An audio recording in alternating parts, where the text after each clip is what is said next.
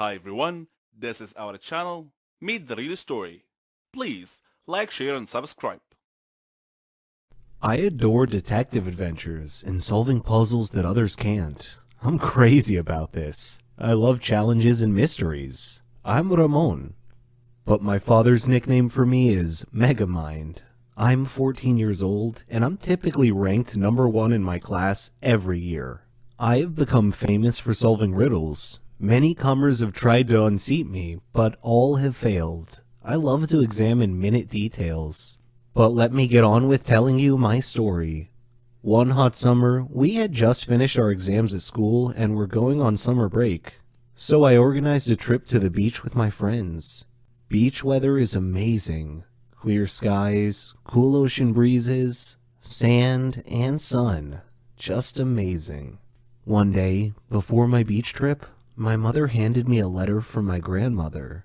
I was surprised and thought it was a little weird because Granny owned a hotel in the surrounding area nearby. It had wonderful views all around it. I had opened the letter, which read, "Dear Ramon, how are you? I hope you're enjoying your summer break. Would you mind spending a couple of days with me? I have a serious matter that I would like to discuss with you. Granny." Initially, I thought that it was probably some silly matter, but then my inner voice told me that it might be important. I was conflicted between going on my beach trip or visiting my granny. I decided to visit Granny first. She was family after all, so off I went. Though my grandmother lived in a beautiful area, the closer I got to the hotel, the more my inner voice was nagging me. When I arrived at the hotel, Granny was waiting for me. She smiled and hugged me. I had missed her so much. She had company. Raul, her maintenance man, and Malika, her housekeeper and assistant. There weren't any guests in the hotel at the time, and I asked her why. Her face changed, and she said that was what she wanted to speak to me about. So we went to her room to talk. She then proceeded to tell me that the hotel was haunted. "Haunted?" I exclaimed. "What makes you think that?" Granny said, "The hotel has evil spirits that frighten the guests at night." I didn't want to believe it, but I knew Granny was a rational person. I suspected there was more to this than meets the eye, so I decided to investigate this intriguing mystery. On my first night at the hotel, I waited until midnight. Then I lit a candle and walked through the halls of the hotel. There were photos on the wall, and I could hear whispering and the rustle of the leaves outside. It was a little spooky and unsettling, and made my blood run cold. Suddenly, I heard laughing on both sides of the hotel, and a shadow passed quickly in front of my eyes. Unnerved, I quickly returned to my room, where soon afterwards I heard something scratching on my door. I kept thinking to myself, I am not afraid. I am not afraid. Then the door began opening slowly. I saw a hand on the doorknob. Then the owner of the hand came into view. It was a cloaked, headless man holding a candle. I fainted. The next day, I woke up to find Granny and Malika standing beside me. Granny told me that I had been sleeping a long time. I asked what had happened, and they told me they heard me scream and came to my aid. When they found me, I was unconscious on the floor. At that moment, there was a knock on the door. It was Raul bringing me a drink. That was when I noticed something strange about Raul's face. It was emotionless. Then I glanced at his hands as I accepted the drink from him. That night, I again walked around the hotel. I found some steps at the end of a corridor that led to the basement. Down in the basement, I opened a maintenance door and found a tape recorder and a pile of clothes on a table. Suddenly, the lights went out.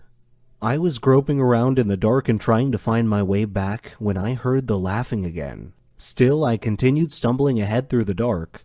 I stepped on an electrical line and tore it off the wall. I returned to my room. My door opened slowly. I was hiding behind the door. I grabbed the loose electrical detonator and touched it to the doorknob.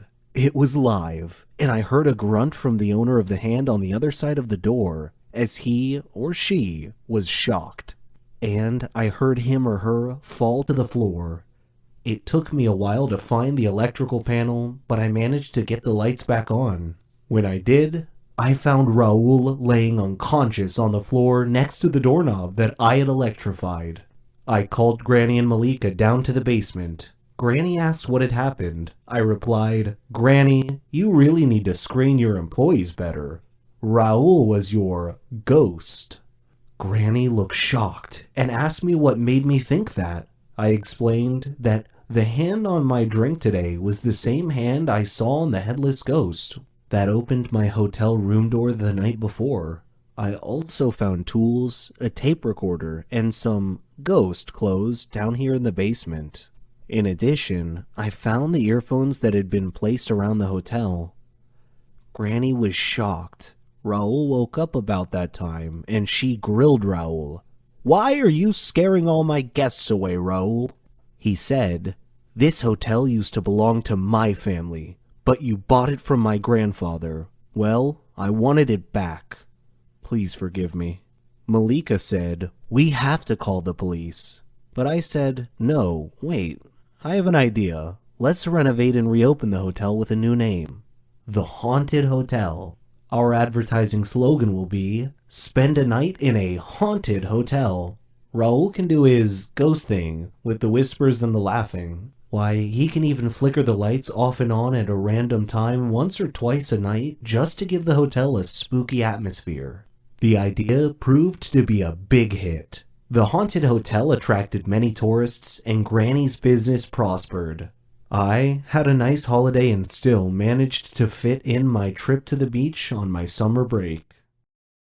Most people I saw hated and cursed at me, and some treated me more kindly and gently than usual. It was very confusing, to be honest. I didn't know the reason for people's animosity towards me, but I thought perhaps it had something to do with my mother. Before telling my story, let me introduce myself. My name is Maria. I lived in a poor neighborhood fraught with drugs and death. People who lived there were mostly losers. Growing up, people have always looked at me with disdain, for no good reason. People ostracized me. I had no friends, no one to speak to. When I would return home, I'd ask my mother why people didn't like me. She wouldn't answer. She'd just cry and smile sadly. She would often tell me to ignore people's looks. But how can I ignore the looks of everyone around me? It was the biggest mystery in my life. I didn't know if my father was alive or not. The only thing I knew about my father was how he looked, from a picture on our wall. And if I asked about him, my mother would only tell me that he traveled, and he never came back, that she didn't know anything about him, almost as if he were dead. But I suspected that she wasn't telling me the whole truth, and I thought people in our neighborhood knew something I didn't. Perhaps that was the reason they hated me so much. Aside from this problem, I was a clever girl at school. I dreamed of having a good position in life to make my mother proud of me. One day, as I was returning home from school, I felt that someone was following me. I turned around once, but saw no one. The second time I turned around, I saw a man. He was wearing a mask. I was afraid, and I ran home to my mother. She was worried, and she just hugged me. It happened a lot after that. It seemed like everywhere I went, that man just happened to be there. I spent a lot of time thinking about it, who that man could be. Eventually, I graduated and got a job with a well-known company. We left our poor neighborhood and rented a flat in a good area. I had almost forgotten about the mystery man who used to follow me often. Then, one day, a poor man came into my office. He handed me an envelope. Smiling, he told me to say hello to Isabella, then disappeared, leaving me with even more questions. Who was he, and how did he know my mother? I returned home, told her about this man, and showed her the envelope. She looked worried and asked me to quickly open it for her. When I did, I found something unexpected. One old photo of him, and a recent one. I didn't know it then, but that man was my father, and all I did was walk away. I curiously began reading the letter. It said, "Dear Maria, I am sorry for everything. Sorry for the suffering I caused you and your mother. Sorry for not being there with you as you grew up. I hope that you can both forgive me. Please tell Isabella that I never forgot about her, or you. I love you two so much." I looked at my mother. She was holding the photographs and crying quietly. So the mystery man who had often followed me home had actually been my father, watching me from afar. I asked my mother, "Why did you hide the truth from me? Why didn't you tell me where my father was all these years?" She replied, I was afraid to shock you with the news that your father was in prison for killing someone. And I gasped, killing someone? Hi, I'm Gamila. Have you ever experienced a life problem? I know everyone has their own problems, but imagine you had to hide something all your life. Do you know what it feels like? If not, let me tell you. My name is Gamila. It means beautiful in Arabic, and I really am beautiful, or so I've been told. But I have a problem. I always wear a glove on my left hand, anywhere I go, because I'm too embarrassed to show it to anyone. This has become my life problem. You see, I've had 7 fingers on my left hand since birth. My family couldn't afford a surgery to remove these extra 2 fingers. It would have cost a lot of money, and I would have had to travel abroad because we didn't have clever doctors or good hospitals in my area. So I've been wearing a glove on my left hand since I was young as a temporary solution for this problem. People always ask me about the glove, but I never answer. I just say that my fingers get cold. You would see me in the summer wearing a short, sleeveless blouse and a glove on my left hand. There were a lot of things I had to give up because of my hand. Once I wanted to play gymnastics. My mom was okay with it, so I went to many places to train, but they all refused to accept me because of my 7-fingered hand, which they considered to be a problem. At school, my classmates would laugh and ridicule me a lot, so I never had a lot of friends, just a few. I got into the college of my dreams. I thought that people might stop this bullying, so I considered taking off the glove. But I was afraid, because I was going to join a new society, so I didn't. I went with the glove instead. I was surprised at the amount of bullying at college, more than I had ever seen. It was a good thing that I decided to wear my glove. There were a lot of bullies there. Then, something happened. It became a turning point in my life. One time, while I was standing and speaking with my friends, one of them suddenly pulled off my glove. This glove was old and wasn't very tight on my hand. I had been intending to buy a new one after school, but they all discovered my secret. Some were astonished, while others started making fun of me and bullying me. I stopped going to university for a whole week. People blamed me for something that wasn't my fault, but that was the story of my life. If I hid away now, I'd be in this mess forever. So I decided never to wear that glove again. I decided to face my fears. I am beautiful enough to live a good life. I decided to ignore all the bullies and take care of myself. I went to my college. I didn't care about people's opinions. I focused on my studies, had great success, and proved to myself and to others that I was not disabled. The disabled can't think or succeed. Later, when I was attending a lecture by a famous doctor, he noticed my hand and offered to operate on it and make it look normal. This surgery would be the first of its kind in my country, and I accepted.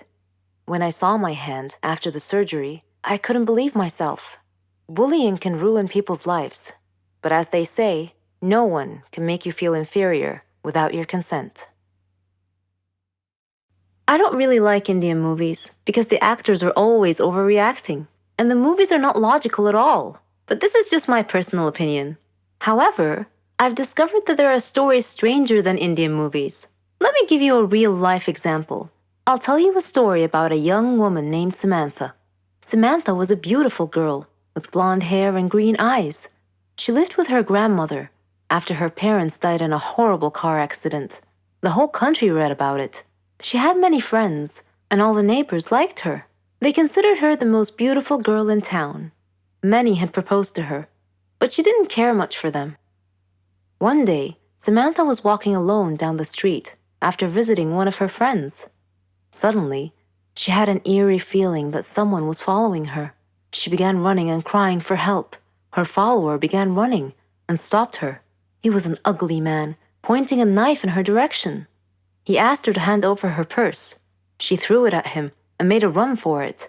The man said wait and made to stop her, but another man appeared out of nowhere and punched the thief, who fell unconscious.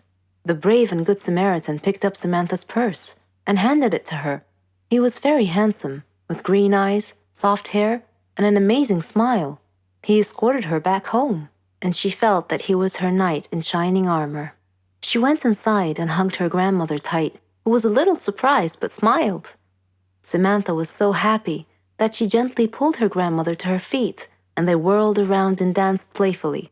The very next day, she was surprised when she answered the doorbell. Steve, the tall, handsome man, was standing there, holding flowers. He proposed to her, and she said yes. Thus began their love story. Then one day, Samantha was standing in the kitchen preparing dinner. Steve and her grandmother were out, but they were supposed to be back soon. Samantha had everything ready, and she set the table. The house door opened, and Steve walked in. Samantha went to greet him, but she felt dizzy and fainted. Steve quickly took her to the hospital. The doctor congratulated Steve, saying that he was going to be a father. Steve was ecstatic, but Samantha was not. Instead, she was shocked and nervous. She said that she was too young to have kids, that she wasn't ready to be a mother. Steve was taken aback and said, "But why? Don't you want him?" Things were different from that point on. Samantha tried to get an abortion several times, but Steve was always stopping her. She couldn't accept it. She blamed Steve, but Steve couldn't understand her. In her 7th month of pregnancy, Samantha was with her grandmother at the supermarket when she saw a small boy run onto the road. Fearing he might get run over by a car, Samantha quickly pulled the boy off the road to safety. The boy's mother saw what happened and thanked Samantha, feeling so grateful and relieved. Samantha was crying at the moment and replied, "No need to thank me. I'm going to be a mother like you soon." For the first time, she was beginning to feel real affection for the baby. "Forgive me," she silently thought to herself. She tried to contact Steve many times to tell him that she had finally accepted. She was ready to become a mother, but he never responded. Finally, the day had come. Samantha went to the hospital to give birth. After the surgery, she was very tired. Nevertheless, when she woke up, she immediately asked for the baby. Her grandmother handed her the child. It was a daughter, and she was so beautiful. The nurse tried to take the baby out of her arms, but Samantha refused, wanting to hold her for as long as she could. The next day, Samantha heard a big commotion, and she had a feeling of dread that something bad had just happened. It was confirmed when she saw her grandmother's face. She asked what had happened, and her grandmother told her that a child was missing and had apparently been kidnapped. Samantha's pale face slowly pleaded, "Please don't tell me that it was my daughter." When her grandmother nodded, Samantha broke down and began crying and wailing in pain. The nurses tried to calm her down, and when she did, her grandmother came over to her and handed her a note. It had been found in her missing daughter's hospital crib. It was in Steve's handwriting. It simply said, "If you don't want her, I do." Then Samantha fainted. For many years, she tried finding her baby, but couldn't. Steve and her daughter had vanished into thin air. She felt as if time had stopped for her, but Steve didn't feel that way.